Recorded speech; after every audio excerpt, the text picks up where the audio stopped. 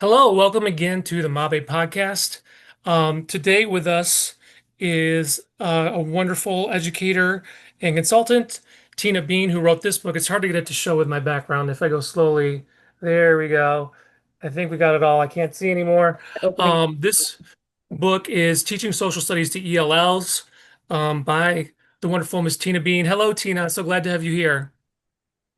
Hi, I'm so excited to get to be with you today. All right. So in addition to this book, Tina co-authored a book on teaching math to ELLs and teaching science to ELLs. So she really knows about content area and how to break things down to reach our multilingual learners most effectively. Um, so Tina, to start us off, why don't you just tell us a little bit about your background and how did this come to be? Yeah. Okay. So I am an alternatively certified teacher as of 20 years ago. My story is that I became an accidental bilingual teacher in North Texas at a time when bilingual programs were really getting started. And local school districts needed to hire a large number of bilingual teachers in a short period of time. And so, with my limited knowledge and my brief study abroad experience in Costa Rica, I was qualified because, the bar was pretty low at the time. And I had not attended any kind of certification program or anything when I started teaching. And so, I was put into a program where we learned how to teach while we were actively teaching. So, I had two sections of bilingual fifth grade, and my only resources were the teacher's edition that was the standard teacher's edition for language arts for all students. But that also came with a Spanish adoption that I did not know how to use any of these resources, right? I'd never even seen a Mhm. teacher's guide. I'd never written a lesson plan or observed a teacher. Everything I knew about teaching came from having a large number of younger cousins and teaching vacation Bible school and watching Freedom Writers. So I was so unprepared and unqualified. So after a couple of years in the classroom, just attending all the professional development that I could, learning as much as I could about bilingual education and properly serving multilingual learners, I realized there wasn't the resources that I needed, especially as a beginning teacher without a background in education and without that preparation through university. There wasn't really a resource for me that would tell me just like, how can I get my kids to have a structured conversation? How can I get my students to write an exit ticket, right? How can I set them up for success when I'm going to deliver a lecture? Like, what can I do to properly assess their content knowledge when they're still acquiring language? And none of the resources that I was given addressed any of those questions. And so when I got the opportunity to create a resource when I was a consultant with Sidelets Education, I wanted to make something that just had strategies for before, during, and after content delivery that any teacher could use at any time, and that wouldn't require any more pre-planning than making sure you had post-it notes and index cards. Yeah, absolutely. I mean, you're saying all the right things, and yeah, 20 years ago, there was not a lot of stuff out there for us, and there was not the magic internet at the way there is a magic internet today, and all that good stuff. Um, but nevertheless, I mean, your work and the work of others in Silets really formed the foundation of what now is, becoming more and more general practice, and infinitely more people are using these, learning about these strategies and implementing them. So kudos to you and thank you for that. Well, yeah, it's just because part of it was just I was teaching in a district where we had very limited financial resources, and almost all of our students were multilingual learners, whether they had, been reclassified and in secondary, they had previously, received services at the elementary level. And I knew that my students were capable of doing, and they were capable of doing so much more than they were showing just with access to just a limited curriculum and resources that we had. And so one of the best things that came out of creating the social studies book, that one was very easy because that was a content I had taught, and that was a content I was super familiar with. I was more nervous going into the math and the science realms because those were not my content area. That was not really, my experience. what I found was the same practices and the same techniques that had worked so well in social studies would also work when they were adjusted for math and science, for that discipline's literacy and that discipline's way of engaging with language. There were so many of the things that were work in one class would work in the others. And that's what's been great about seeing entire campuses using these resources, because the language arts teachers can use the social studies ones without issue at all. Or they can also take from the science and from the math. So they're able to use the same strategy. So students are going from one class to the other, and they're still doing a roving paragraph in each one or a Q triple essay in each one. But everything was made with the teacher in mind, who has no prep time, no resources, Hmm. right, and probably no experience. And having spent all of my career in Texas, I know it's not any different for my colleagues in Michigan. And I saw that in Detroit when I came up for MABE in May, which was such a wonderful conference, right? But I especially love the art museum in Detroit. And I just want to give a plug for that. And you and I have already talked about this, but it's been very impactful for me, and I've been using it ever since. There was a student art submission that I saw. There's a section that they have kind of off to the side where they do classes and outreach.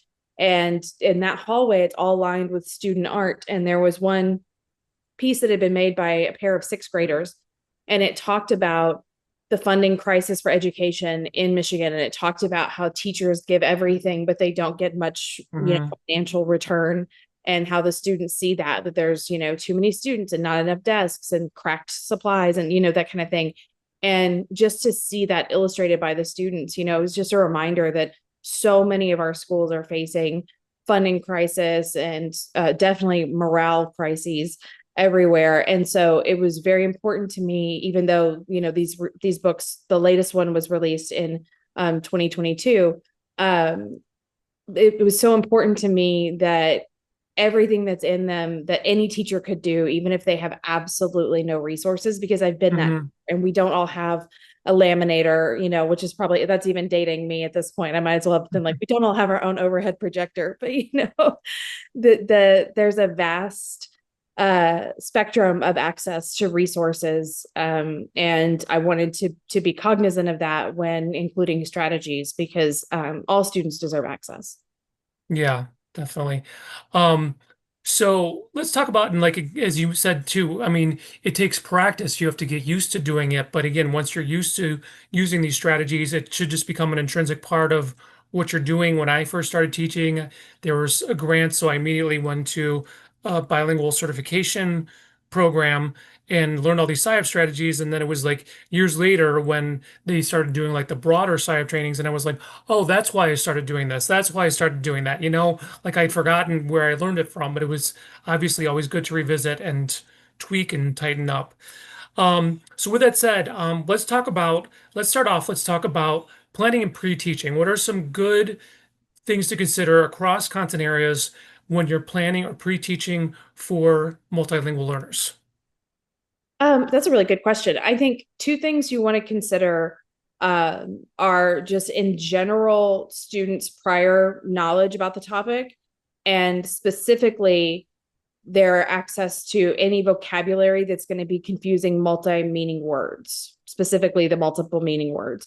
So things that you can do, like just a basic language anticipation guide, or one of the other strategies that's mentioned is a prediction cafe. I'll talk a little bit about those. What you're doing is activating the part of the brain that's in the reward system.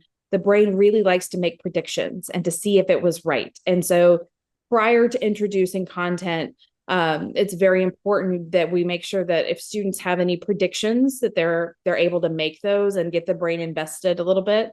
Then they're more likely to retain your content when that comes up. Also, we wanted to respect what they already know. Sometimes students have knowledge. It's important that we're acknowledging what they might already be bringing to the table, right? Because especially when we're talking about students who've had educational experiences outside of the United States, we don't know what prior knowledge is being brought. So anything that we can do that lets students know, hey, we respect what you've already experienced and we want you to contribute that to the classroom as much as possible, is just creating a positive culture, both for the individual student and also just collectively for everybody. So prior to introducing new content, it's very important that we give students that opportunity to engage with any vocabulary that we know is going to be confusing, and an opportunity to show what they already know possibly about the topic or what they think they know, because those misconceptions are also important to bring those out before we have new content delivered.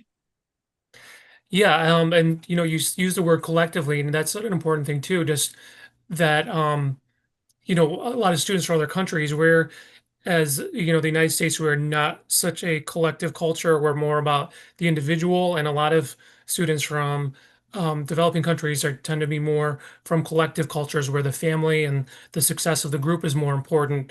So when you're bringing, these things up through the pre-teaching, just acknowledging the student and their background, that just triggers they have to feel they get I shouldn't say they have to, but that sense of understanding, and that you're looking at me and you're feeling me is just really ups the motivation, ups the engagement exponentially. Absolutely. Yeah, so then during the lesson delivery, what are some strategies you would recommend to teachers? Yeah. So while you're delivering new information, so the delivering of the new content is not going to be more than 15 minutes. So a brain that is a fully formed, interested brain can only listen to new information for 16 to 20 minutes. So that's why Mhm. TED Talks are usually 18 minutes long. And that's for a brain that's interested in the topic and actively wants to consume the information, which doesn't always describe every student right in your classroom. So this part of content delivery is actually a pretty small part of the lesson. And what needs to happen during that time is there needs to be several opportunities for students to turn and talk to somebody else or write something down or do something with the new information, even as they're receiving it. It can't just be a passive lecture for 15 minutes. Students will not retain the information, but we're not going to go into a full even question, signal, stem, share, and assess protocol. Even that takes too long. So the strategies that you'll see in the resources during the actual lesson delivery are all designed to take just a few seconds, where students turn to a neighbor and just say, hey, what are we talking about? What's happening right now? Or they quickly jot down an image, or we just even point and talk about an object, the actual physical object in the room, to bring us all into that, into that space. But whatever happens during the direct teach piece, it's interactive, but it's very short. It's just for a few, no more than a couple of minutes, or you will lose them. And you'll be off into a different part, right? Into a different, that's where we're getting into the showing what they know, and they're really writing, or they're having a more structured conversation and completing an activity. That's not what we're talking about. This is while you're still delivering the lesson, and maybe you're using slides or you're using, some other type of references in the room or resources. That part where the new information is being introduced, that's a very small portion. That's only 10 to 15 minutes. And the rest of the time we're engaging with previous learning, or we're making connections to other learning, or we're doing something with what we've just studied. But the actual introduction of new information is really the smallest part. Yeah, and you said I say the unmagic word passive. Yeah. So, and I remember back in the day too, someone saying to me, another teacher, like, well, I only do hands-on, but it's like, well, no, you don't, because you have to give them input. So you have Right. to have that back and forth. I mean, so you have to you have to give them information and then give them opportunities to produce. And again, production doesn't necessarily mean something tangible. It can be a conversation. They have to be able to work with the information somehow and understand it, and hopefully from that too generate some more questions or their own personal insights. Right. And that, even that, 5 to 10 seconds where they turn and talk to their neighbor, that is, we know, very effective for retention of information, because it's peer-to-peer communication. And peer-to-peer Hmm. communication will always be more comprehensible than adult to student communication. So if we think about something like social studies, and when we think about, maybe we're talking about something that happened hundreds of years ago, which even to them, like something that happened in 1995 is ancient, right? Like it is Hmm. literally the last century. Like they can't even. Those of us, yeah, we don't. We don't even know that our ankles should be covered by our socks. We know nothing, right? Mhm. And so, and we're out here trying to tell them, how the world works. And so sometimes they can be a little bit resistant to that messaging. But when we're talking about something that happened literally hundreds of years ago, it's really hard to make that connection and make it personal if they're just passively listening to it. It's already so far removed from them. So when they can turn and talk about it with a neighbor, instead of just hearing it from the teacher and then giving information back to the teacher in some form, it's much more likely for their brains to retain the information and to find it to be relevant, but it does have to connect to them as a person. But to your point, exactly, they have to receive the new information. They don't come to us already understanding this content because it did actually happen hundreds of years ago. Yeah. And also, I mean, one something I'm thinking of too as you're talking is the strategies you're giving me, which by the way should all be easily Googleable. Yeah. Um, like if you're doing social studies and you want to, do a Civil War reenactment and you maybe and hopefully it's culturally sensitive, but you can do that. That's great, but that's not really a sustainable thing to do day in and day out. So what you're talking about are strategies that don't require this again, this above and beyond excess preparation, except maybe a little bit in the beginning when you're, trying to make it again part of your language, something that you do automatically without thinking about it.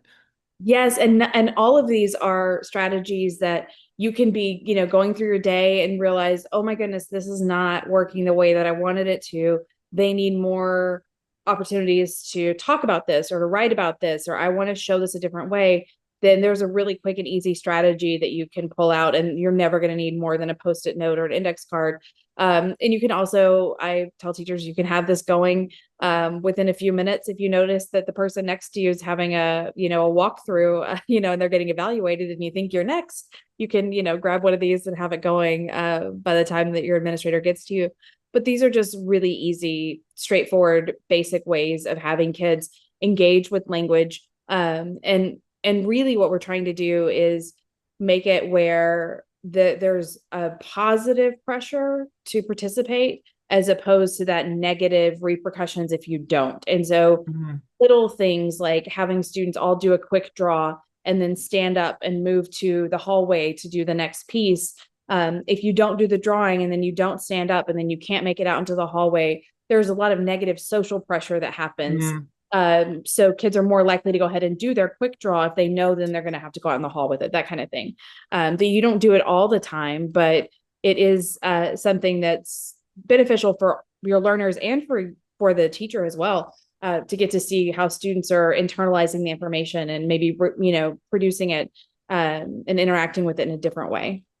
Yeah. And again, like I'm very pro experimentation, well, thoughtful experimentation, like, try it out. And maybe you're doing something and you're like, I felt like the kids were maybe slightly uncomfortable. So you know what, next time I'm going to do it this way, or you know what, I'm just not, I don't think that strategy is right for this time. Maybe, maybe it'll come back to me and I'll see it in a different way at some point. But for now, this wasn't the best strategy for this lesson. So, note to self going forward. Yeah, and with the strategies also, talk about making it your own. I offer a very basic. I'm a pretty minimalist person when it comes, Mhm. especially when it comes to things like technology. And so the way that it's presented and the strategies are presented in the books is very, very minimal in terms of integration of things like technology. So teachers who are really big on that can easily take what I'm suggesting and add their own way of doing it. And definitely I see so often I get to see teachers who've taken the basic idea and made it their own and done something so much better than what I ever could have imagined, because you do have to make it your own and you do have to be Mhm. comfortable using it. And so we see sometimes these suggestions of you should teach this way, and it's a very bombastic and effusive way of delivering instruction, and not every teacher is that type, right? And so Mhm. you can be a great social studies teacher and not have Lin Manuel Miranda energy, right? And Yeah. it's great if you do, like, shouldn't all Right. but not every awesome social studies teacher moves through the world that way. So how can we keep students' brains engaged, but also have teachers be comfortable with the way they're delivering instruction? Because if they're not comfortable, they're not going to use the strategy. And there was a saying, don't imitate, iterate. Oh yeah, I like that. Okay. So again, you go to a conference, you see speakers, you shouldn't be thinking, oh, how can I imitate them? You think, how could I do this in my context with my Yeah, teaching style and my student population? I like that. Yeah, hey. Um, And then another, I don't know if where I got this from, but I had it in my on a post-it note that I had in your book. So as we're moving into the last part, which is assessment, Uh-huh. teaching, it's like fishing. Even though, believe it or not, I actually caught a fish this summer. It's a long story. I didn't see it coming, but I did, and I have a picture to prove it. I can text it to you. But you think about fishing, like you got to cast the rod, you do the prep work, the Mhm. pre-teaching, planning and pre-teaching. Then, out goes the thing because I don't know all the academic language for fish. And you're doing that, you're trying to get the fish, so that's like the lesson, but then how do you get it back? So with students, how are you going to present it to them? What are they going to do while they're working with it? But then again, with ELLs, particularly important is how can they tell you what they know with limited language? So you mentioned exit tickets before, but what are some ways to assess your lesson with MLLs, particularly those who are still really emerging in terms of their knowledge of the English language? Right. That's such a good question. I'm so grateful for the tools that we have now that enable us to not 100% accurately, but definitely with improved accuracy, be able to read students' contributions in their native languages. Right. So one of the things I would say for assessment is we know that students are going to have to take state assessments, they're going to take national assessments, they're going to take tests that are not going to accurately reflect their understanding, right? Because they're going to measure students' expressive English vocabulary. And that's not a reflection of their cognitive ability, nor is it a reflection of their knowledge.